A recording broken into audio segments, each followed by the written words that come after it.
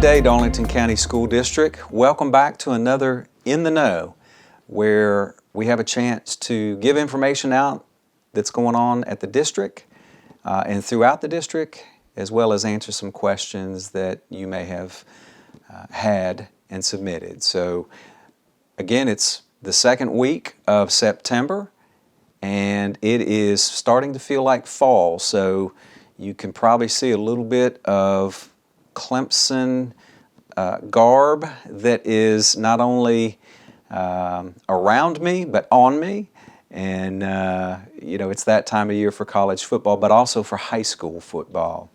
And so for our high school football teams, our bands, our cheerleaders, I hope you get an opportunity to support them in your communities. Again, great time of year in the fall as we work through football season. So the first topic that I would like to discuss is the board meeting that we had this past Monday and the items that we discussed. So I started off talking to the board about the goals that we have established for the district this year that were discussed at the convocation at the beginning of the year. And again, those three goals: safety and security, mental health supports, and parent-guardian involvement are the three that we're focused on this year.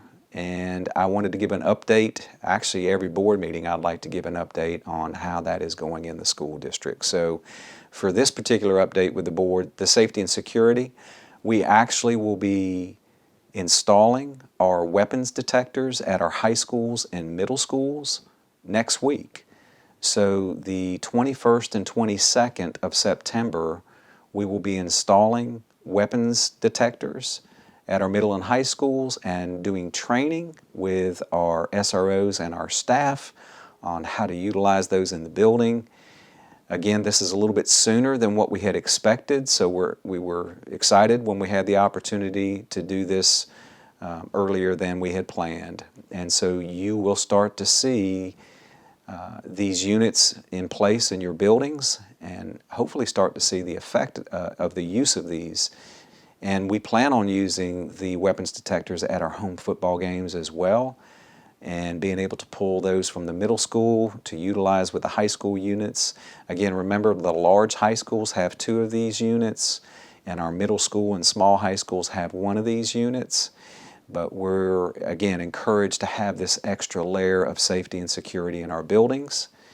And also I updated the board on our Raptor trainings that we have been doing. I know most of you all have had some trainings in your buildings with Captain Nelson about how to utilize that Raptor information as far as the particular app on your phone and what that represents to the district as far as emergency notification. So again, from a safety and security standpoint, also I discussed with the board that we would be adding a campus supervisor to the large middle schools. So Darlington Middle School and Hartsville Middle School will receive a campus supervisor in addition to the SRO that they have. And of course, as I've been saying all along, for our large high schools, we've been looking to add an additional SRO.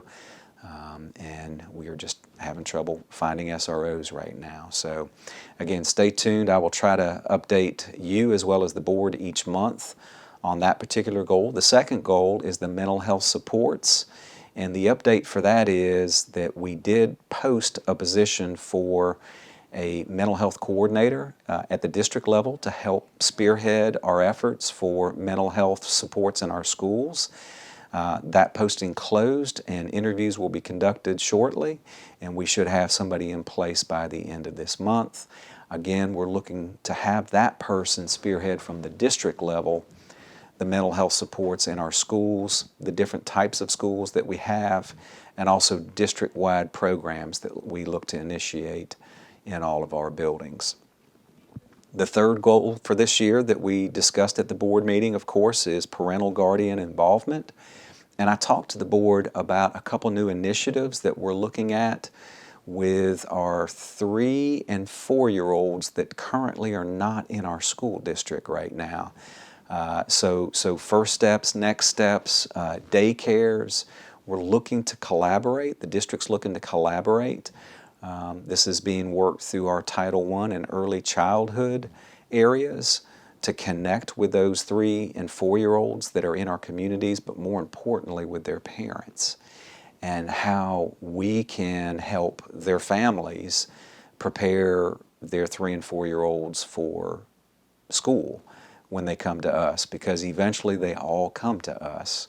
And so of course we have our 4K program in the school district that is income specific, and so we have those students.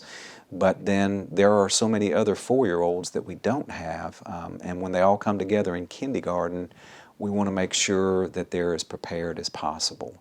So this is a great new initiative that we're working to connect parents along with our 3 and 4-year-olds that are outside of our school district, so we can help prepare them when they join us.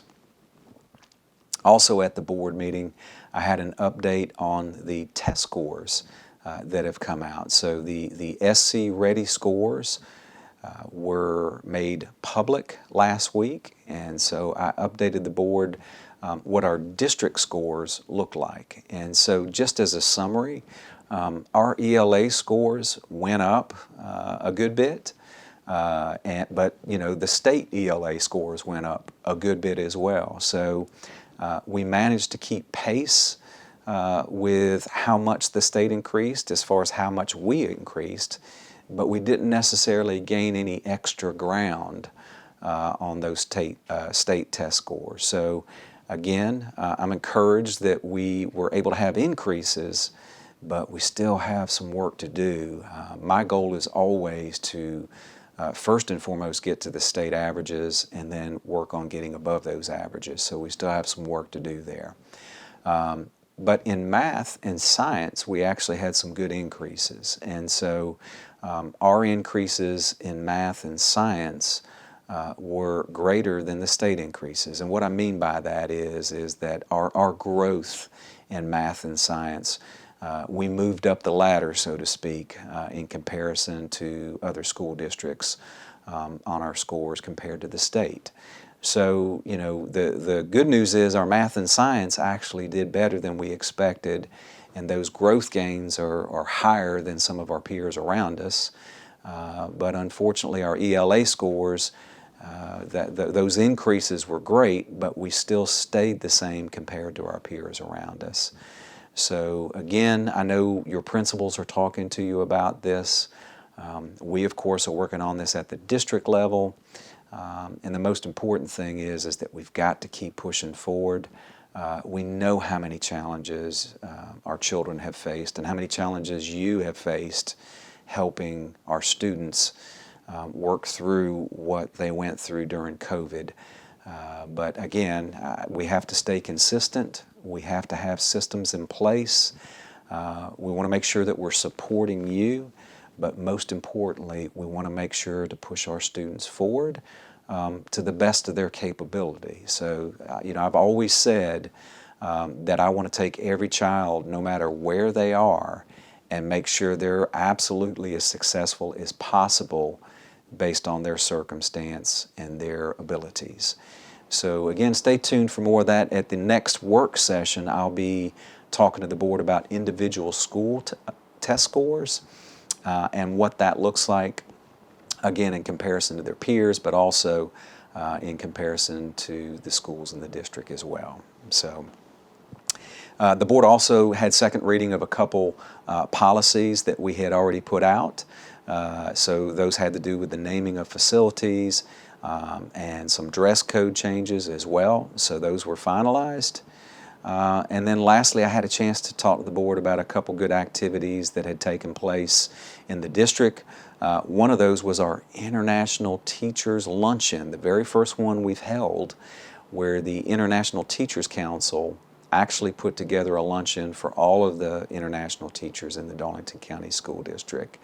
And that was a great moment to see all of those teachers from all of the different countries that they represent come together, but more importantly, talk about why they are glad to be in the Darlington County School District and how the Darlington County School District supports their international teachers and connects them better than districts that they've been in before. So very encouraging. And then also another event that we had last week was the Key to Career Signing Day, where our students that interviewed for internships had a chance to come and be recognized with the people they're interning with, those different job sites that they'll be at, those different employers, and able to highlight them for their success of obtaining an internship and being able to hopefully potentially look at a new career as they graduate high school. So again, two great events that we held, and just we keep pushing forward in the district in ways to help our students and our staff be successful. The next item on my list, we had some cabinet meetings as well last week. So we had a chance to meet with our Teachers of the Year, our Support Staff of the Year, our business community members, as well as our pastors and ministers.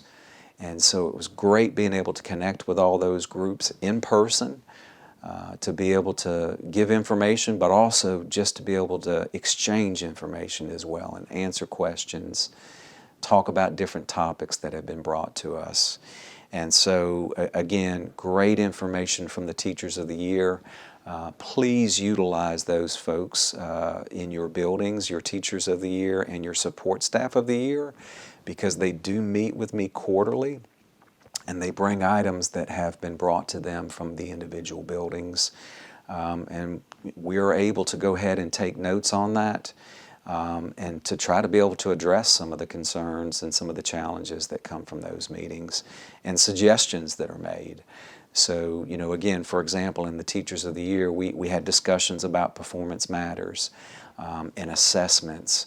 And again, the challenges of trying to align everything with the curriculum and the pacing and the timing of when we have those assessments.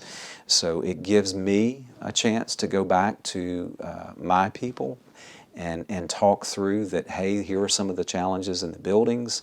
And then they'll be reaching out to those folks and some of the other people in the buildings to try to come up with new solutions on how to make that better. So again, it's great two-way communication, and I would urge you to, again, communicate with folks in your building that represent those cabinets when they come to speak with me. Also, another good part of that conversation was, again, since it's the middle of September, you should be 2 paychecks into your new pay increase. And so, again, if you've been in our district, you know that the board passed pay increases for everybody.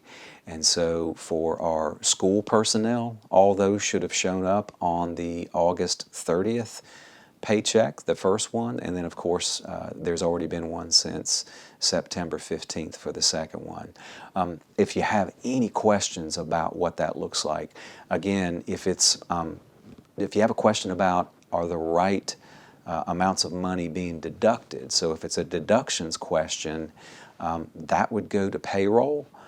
If it's a question about I'm not sure if I'm making what I thought I was supposed to make, that is a question for HR, so I would urge you to contact HR. But again, 2 paychecks in, and I know that's been a very good benefit as we have increased those paychecks across the district. Another item that we talked about was breakfast, and we talked a little bit about the food that we are serving in our cafeterias, and more specifically about breakfast. So on the note of breakfast, one of the challenges that we have been having, which I'm sure you have read about in the news but probably didn't realize how much it was impacting the school district, the supply chain shortage has really affected the district and the food that we order and the ingredients that we use for that food. So for example, we may place an order with something very specific and get something very different. And unfortunately, we are at the mercy of the suppliers right now. And so some of those different ingredients, it's not by our choice. Some folks may say that Something may not be as appealing from a taste standpoint as it could be, and more than likely we actually ordered different ingredients to make it more appealing, but they're just not available. And so we are struggling to keep up with just making sure we have food in our cafeterias to serve, let alone food specifically that we have ordered.